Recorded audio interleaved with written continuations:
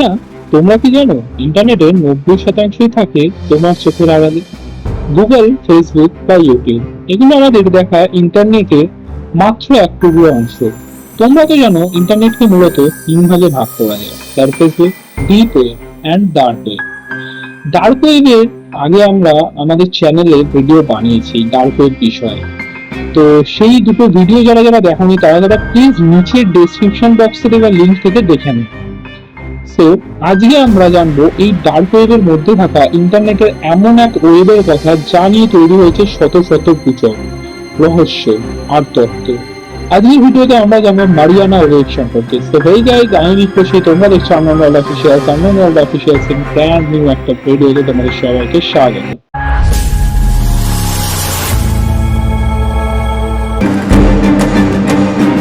ইন্টারনেটে আমরা যদি একটা বরফের পাহাড় ভাবি, তাহলে তার উপরে সারফেসটুকু হলো সারফেস ওয়েব, যেটা আমরা দৈনন্দিন জীবনে ব্যবহার করে থাকি। এরপরে আছে ডিপ ওয়েব, যেখানে মূলত থাকে মেডিকেল রেকর্ডস, ব্যাংক ডেটা এবং পেইড কন্টেন্ট। এর নিচে যে স্তর রয়েছে সেটি হলো ডার্ক ওয়েব, যেখানে রয়েছে সিক্রেট মার্কেট, হ্যাকারদের ফোরাম। বাট এর নিচেও নাকি আরেকটি স্তর রয়েছে যার নাম হলো মারিয়ানা ওয়েব, যেটাকে বলা হয় ইন্টারনেটের গভীরতম স্তর। মারিয়ানা ওয়েব নামটি হয়েছে পৃথিবীর সবচেয়ে গভীর সমুদ্র মারিয়ানা ট্রেঞ্চের নাম অনুসারে।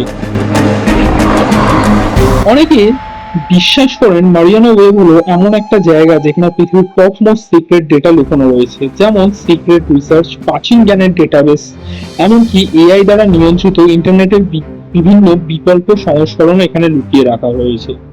তবে এটা বলে রাখা জরুরি যে মারিয়ানা ওয়েবের অস্তিত্ব এখনো প্রমাণিত নয়।